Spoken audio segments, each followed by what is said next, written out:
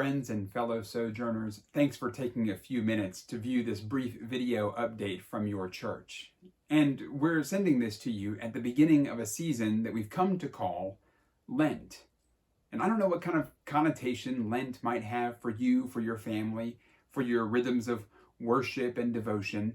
For a lot of us, Lent pretty much just means I'm going to give something up, right? I'm going to give up chocolate or some kind of comfort. I'm going to give up some kind of input during this season. And some of those disciplines can be worthwhile. We're hoping during this time to clear the deck so we can still our hearts and focus on Jesus. And that's really what I want to remind you of right now, is that this isn't a season about just giving stuff up. It's really about grounding yourself, rooting yourself to this one core truth, the very message that we, the evangelical church, would make our evangelism. The Apostle Paul put it this way in the book of Philippians chapter 3. He said, "My goal is to know Jesus and the power of his resurrection and the fellowship of his sufferings, being conformed to his death." See, this is what we're running at during these days. We look ahead to that day we know as Easter, Resurrection Sunday, when we will celebrate with joy that Christ has conquered the grave. But on the way there, we need to be conformed to the reality of his death. And so it is that we will, during this season, bind our hearts to this core gospel truth. We will reflect on him, remember him. We will worship, and we may even weep.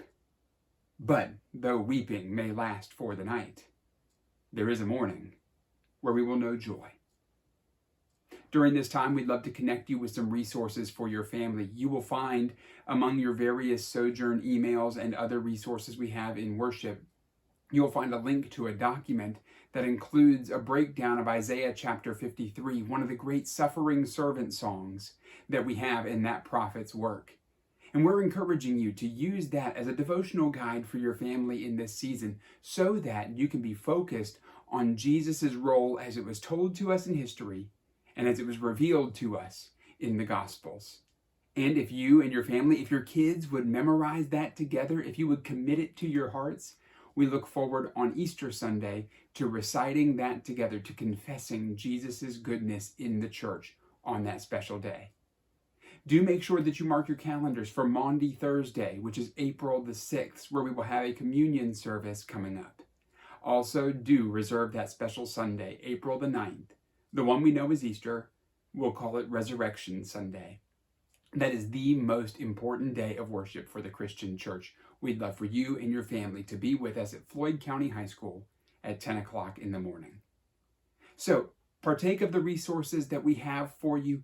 Still your family during this season. May we reflect on the gravity of Jesus' great sacrifice. And then, would you, church, worship together in the season to come? May God bless you, and we will see you soon.